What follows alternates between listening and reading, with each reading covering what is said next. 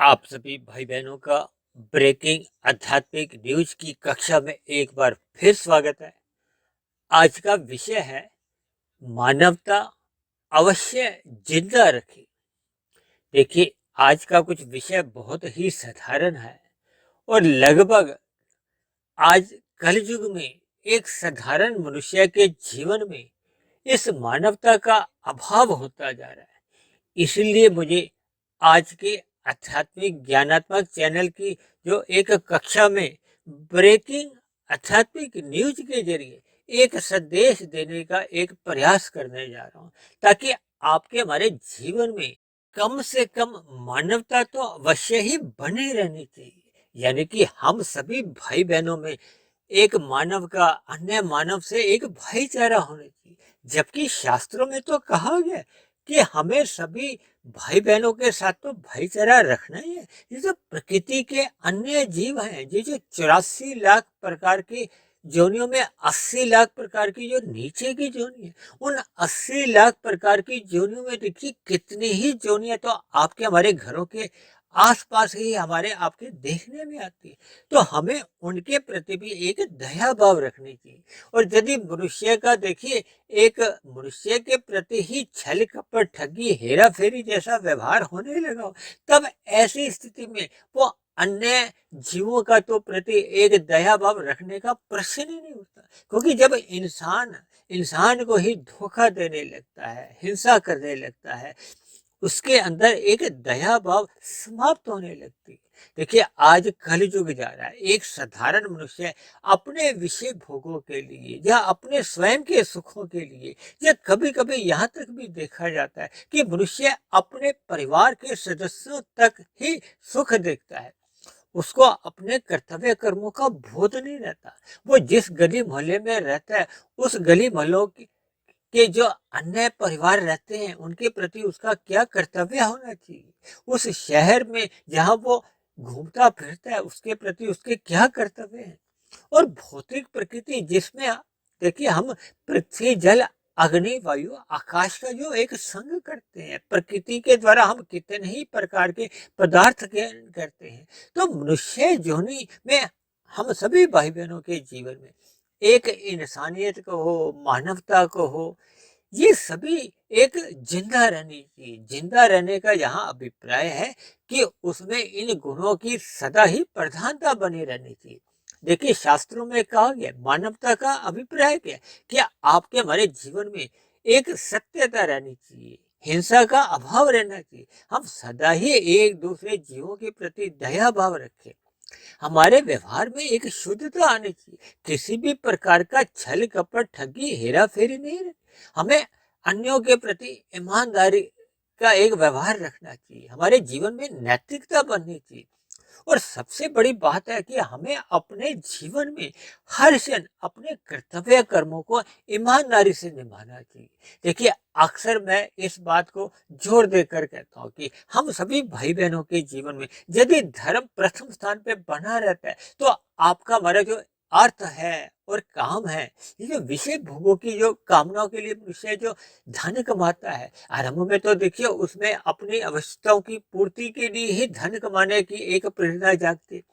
इस बात से तो शास्त्रों में भी इनकार नहीं किया गया कि हम सभी स्थूल शरीरों की कुछ आवश्यकताएं होती हैं। हमें अपना शरीर का एक व्यवहार के लिए, शरीर का पालन पोषण एक सही ढंग से करने के लिए हमें दाल रोटी तो चाहिए, हमें दो चार जोड़ी वस्त्र भी चाहिए, रहने को मकान भी चाहिए। यानी जीवन में स्थूल शरीर की आवश्यकताओं तक जब हम अपने व्यवहार को रखते हैं, अपने पुरुषार्थ को रखते हैं, यानी कि धर्म को प्रथम स्थान पे रखते हैं, धर्म का प्रथम स्थान पे रहने पे फिर आपके हमारे भीतर में देखिए मानवता सहज ही एक जिंदा बनी रहती है। यानी कि आपका हमारा व्यवहार परमात्मा के अनुसार, शास्त्रों के अनुसार, गुरुओं के अनुसार, आज्ञा के अनुसार ही जीवन चलता है। तब ऐसी स्थिति में मनुष्य पाप कर्मों से बचा रहता है। लेकिन जब जब मनुष्य के जीवन में ये धन सर्वोपरि एक स्थान पे आ जाता है, धर्म जो प्रथम स्थान पे होता है वो हट जाता है। देखिए, अभी कुछ दिन पहले हमने चर्चा की थी कि धर्म की चार दीवारी में रहते हुए मैंने उसको धर्म को देखिए विभिन्न प्रकार की ईंटों से एक चार दीवारी सी बनाई थी कि जैसे हम देखिए अपना कोई जमीन खरीदते हैं तो उसकी एक चार दीवारी सी बना देते हैं ना रक्षा के लिए। इसी तरह आपके हमारे जीवन में ये जो अर्थ और काम है, देखिए हम दिन में जब रजोगुण में रहते हैं तो हम धन कमाने के लिए विभिन्न प्रकार की क्रियाएं करते हैं। लेकिन जब जब आपके हमारे जीवन में धर्म प्रथम स्थान पे होता है, तब ऐसी स्थिति में भले ही मनुष्य अन्य जीवों के लिए कोई सुख स्थितियां भले ही नहीं बनाए, लेकिन उनके लिए किसी भी प्रकार की विपरीत परिस्थितियां या अन्य मनुष्यों के दुखों का कारण नहीं बने। देखिए आज मनुष्य अपने जीविका के स्वाद के लिए अपना मांसाहारी भोजन का सेवन करता है, तो मांसाहारी भोजन के सेवन के लिए मनुष्य अन्य पक्षियों का पशुओं का वध करता है केवल अपने जीविका के स्वाद के लिए। तो ये देखिए एक मानवता नहीं, शास्त्रों में कहा गया है कि विधि विधान द्वारा हमें कर्म करने चाहिए, हमें अन्य जीवों के सुखों का ध्यान रखना चाहिए। यदि हम अन्य जीवों के हित के लिए परोपकार के कार्य नहीं भी करते तो कम से कम हमारे अपने व्यवहार में मानवता इतनी जिंदा तो रहनी ही चाहिए कि हम अन्य जीवों को पीड़ा नहीं दे, भले ही अपने सुख को ही सर्वोपरि रखें। ऐसे कर्मों को भी देखिए रजोगुनी कर्म कहा जाता है। और जैसे जैसे मनुष्य के जीवन में धर्म और मजबूत स्थिति में आता है तो फिर मनुष्य रजोगुण से आगे बढ़ता है, सत्वगुण में अपनी स्थिति मजबूत करता है। सत्वगुण में स्थित होने पे फिर मनुष्य पहले अन्य मनुष्यों का भी हित का ध्यान करता है। वो समाज के जो कमजोर वर्ग के जो मनुष्य होते हैं उनकी शिक्षा संबंधी आर्थिक रूप से या विभिन्न प्रकार के अन्न से उनकी सहायता करते हैं, वस्त्रों का उनको दान देते हैं। विभिन्न प्रकार के देखिए हम फिर पशुओं की भी रक्षा करते हैं, उनके भोजन का भी ध्यान रखते हैं। जैसे एक मनुष्य देखिए गाय को ग्रास देता है, पेड़ पौधों को पानी देता है, कबूतरों को दाना देता है, कुत्तों को दूध या रोटी वगैरह देता है। तो ये सभी क्रियाएं क्या है कि हम भले ही अपने सुख के लिए अन्य जीवों के पहले सुख का ध्यान रखते हैं कि अन्य जीवों को भी देखिए सुख मिले, जबकि रजोगुण में हम अन्य जीवों के सुख का ध्यान नहीं रखते, लेकिन अन्य जीवों को हम पीड़ा नहीं देते। जब जब मनुष्य अपने सुख के लिए अन्य जीवों को पीड़ा देता है, शास्त्र विरुद्ध कार्य करता है, पाप कर्म करता है, यानी निषेध कर्म करता है, तो फिर वो तमोगुण में गिर जाता है। तमोगुण में गिरते ही उसके मन में या उसके व्यवहार में ये मानवता ये जिंदा ही नहीं रहती। तभी तो वो देखिए अगर मानवता उसके मन बुद्धि में जिंदा रहेगी तो फिर वो अन्य जीवों के साथ विभिन्न प्रकार की जो चतुराई या हिंसा या यानी वो किसी भी प्रकार से फिर वो अन्य मनुष्यों को या अन्य जीवों के साथ किसी भी प्रकार का कोई एक ऐसी स्थितियां नहीं बनाता जिससे अन्य मनुष्यों को या अन्य जीवों को कष्ट हो। इसलिए मेरी आप सभी भाई बहनों से विनती है कि जीवन में सत्संग करते रहना चाहिए ताकि आपके हमारे व्यवहार में ईमानदारी बनी रहे, नैतिकता बनी रहे, हम अन्य जीवों के प्रति दया भाव रखें, किसी प्रकार की भी हिंसा की स्थितियों से नहीं गुजरे। जैसे जैसे आपके हमारे जीवन में ये धर्म सर्वोपरि होने लगता है तब ऐसी स्थिति में आपका हमारा जो अर्थ और काम है ये एक धर्म की मर्यादा में रहता है, तब मनुष्य फिर तमोगुण में गिरने से बच जाता है। देखिए शास्त्रों में ये जो चार प्रकार के जो एक पशु वृत्तियां कही गई हैं, आहार, मैथुन, निंद्रा, भय, यदि मनुष्य योनि पाकर हम इन्हीं चार पशु वृत्तियों में ही अपना जीवन बिताते हैं तब ऐसी स्थिति निरंतर बने रहने से फिर मनुष्य के जीवन में ये मानवता मरने लगती है। तब ऐसी स्थिति में मनुष्य स्वयं के हितों का ही एक सर्वोपरि महत्व देता है, यह अपने परिवार से मोहवश होता हुआ वो अन्य मनुष्यों के जीवन को एक महत्व नहीं देता। और फिर जब वो अन्य मनुष्यों के जीवन को या अन्य मनुष्यों के हितों को ही महत्व नहीं देता तब ऐसी स्थिति में वो जो प्रकृति के अन्य जीव हैं, चाहे वो पक्षी हैं चाहे वो पशु हैं, फिर उनके बारे में तो उसका ध्यान ही नहीं जाता। आज अक्सर समाज में देखा जाता है कि लोगों का व्यवहार केवल स्वयं के खाने पीने तक ही रहता है।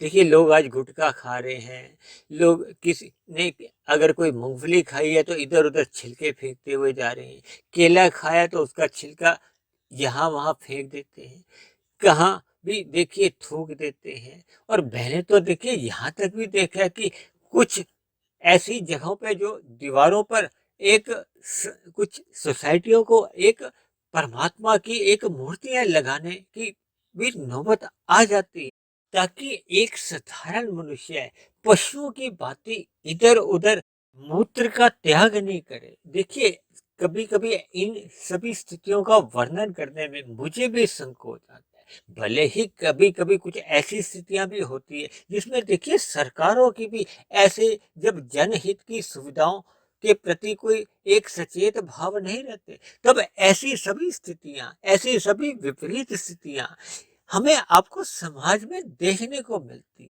इसी तरह कभी कभी किसी घर के बाहर कुछ जल का बहाव कुछ इस हिसाब से होता है कि फिर अन्य रहने वाले मनुष्यों को कुछ असुविधा होती है।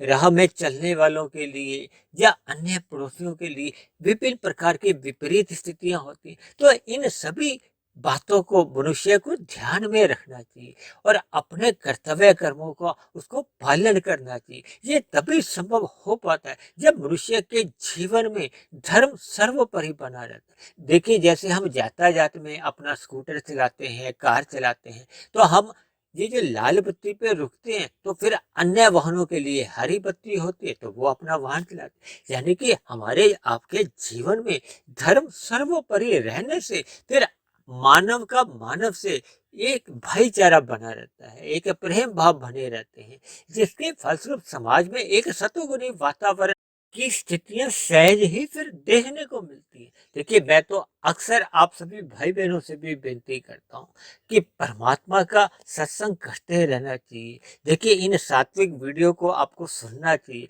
भले ही आप मेरी वीडियो सुनो या किसी अन्य वक्ता की वीडियो सुनो, हमें शास्त्रों का अध्ययन करना चाहिए, ताकि विभिन्न प्रकार से हमारा आपका जीवन रजोगुण या सतोगुण में ही स्थित हो। देखिए, अगर मनुष्य योनि पाकर मनुष्य सत्वगुण से विशुद्ध सत्वगुण की आध्यात्मिक यात्रा आरंभ करता है, ये तो बहुत ही एक विशेष बात रहती है। देखिए, मेरा तो आध्यात्मिक ज्ञानात्मक चैनल पर जो प्रतिदिन एक वीडियो प्रसारित होती है, उसमें हम देखिए भगवान आत्मा जो चेतन तत्व है, इनके एक दिव्य गुणों की चर्चा करते हैं। जब प्रकृति के जो 3 गुण है, तमोगुण, रजोगुण और सत्वगुण, शास्त्रों में ही कहा गया है तमोगुण से 10 गुना अच्छा रजोगुण है, रजोगुण से भी 10 गुना अच्छा सत्वगुण है। देखिए, पाप कर्म छुड़वाने के लिए पुण्य कर्म करने होते हैं। पुण्य कर्मों को और अच्छी दिशा देने के लिए मनुष्य को रजोगुण से सत्वगुण के लिए और एक जाने की प्रेरणा दी जाती है। तभी तो ये जो कथा, कहानी, व्रत, त्योहार, ये विभिन्न प्रकार के जो कर्म कांड बनाए गए, ताकि मनुष्य रजोगुनी विषय भोगों की गलियों में बह नहीं जाए, डूब नहीं जाए। देखिए, जब जब मनुष्य विषय भोगों की गलियों में मोहवश या स्वार्थवश जब इनका भोग करता है, तभी वो अपने मिले हुए व्यवहार में उसकी मानवता समाप्त होने लगती है। उसमें विभिन्न प्रकार के व्यवहार में एक विकार आने लगते हैं और ये विकार ही मनुष्य को तमोगुण में गिराते हैं। और तमोगुण में गिरने पे कब मनुष्य के कितने पाप कर्म सहज ही होने लगते हैं, ऐसी स्थिति में उसका पाप कर्मों का कर्माशय बिगड़ने लगता है। उसके संचित कर्मों में पुण्य कर्मों की न्यूनता रह जाती है, पाप कर्मों की अधिकता होने पे ना चाहते हुए देखिए, मरने के बाद कोई भी मनुष्य नहीं चाहता कि उसके नीचे की जोनियों में एक अधोगति हो। देखिए, नीचे की जोनियों के नाम सुनने से ही एक साधारण मनुष्य एक भयभीत स्थिति में पहुंच जाता है। इसलिए मेरी आप सभी भाई बहनों से विनती है कि मिले हुए जीवन में सात्विक स्थितियां बनाएं, अपनी दिनचर्या अनुशासित से रखें। हमारे आपके जीवन में सत्संग, धर्म, ये सर्वोपरि सहज ही बने रहने से आपके हमारे व्यवहार में सदा ही फिर मानवता जिंदा रहेगी, जिसके फलस्वरूप मनुष्य में जो एक 4 प्रकार की जो पशु वृत्तियां हैं, आहार, मैथुन, निंद्रा और भय, इनसे भी मनुष्य बच जाता है, जिसके फलस्वरूप उसका स्वयं का भी कल्याण होता है, उसके परिवार के सदस्यों का भी कल्याण होता है, समाज के अन्य मनुष्यों का भी कल्याण होता है और प्रकृति के अन्य जीवों का भी हित बना रहता है। तो ऐसी सभी शुभ स्थितियां हम सभी भाई बहनों की तभी बन पाती हैं जब मनुष्य अपने जीवन में सत्संग को अधिक महत्व देता है, अपने कर्तव्य कर्मों के प्रति जागरूक बना रहता है, अपने कर्तव्य को ईमानदारी से वो सदा ही निभाता रहता है। तब ऐसी स्थिति बने रहने से फिर उसका सतोगुण मजबूत स्थिति में आता है और फिर उसकी आध्यात्मिक उन्नति होने की भी फिर संभावना बनने लगती है। ऐसी सभी शुभ स्थितियां हम सभी भाई बहनों की भी बने। इन्हीं शुभ कामनाओं के साथ आज की चर्चा विशेष को हम यहीं विश्राम देते हैं। यदि बनी हुई वीडियो आपको अच्छी लगी हो तो मेरी आप सभी भाई बहनों से विनती है कि सभी भाई बहनों में मानवता को जिंदा रखने के लिए इस बनी हुई वीडियो को आप अधिक से अधिक भाई बहनों में शेयर करें, ताकि समाज में एक सतोगुणी वातावरण का एक विस्तार हो। उस सतोगुणी वातावरण में हम सभी भाई बहनों का जीवन सुख में बीते, परमात्मा में सदा प्रीति बनी रहे। और यदि फिर भी मेरी कही गई बातों पर आपको किसी प्रकार की कोई आपत्ति हो, शिकायत हो, या मेरी कही गई बातें आपको तर्क संगत सही नहीं लगती हो, तो आप नीचे दिए गए कमेंट्स बॉक्स पर जाकर आप अपनी शिकायत भी लिख सकते हो। तो चर्चा विशेष को अब यहीं विश्राम देते हैं। कल फिर मिलते हैं एक नए विषय को लेकर, एक नए संदेश के साथ। तब तक आप सभी भाई बहनों का बहुत बहुत धन्यवाद।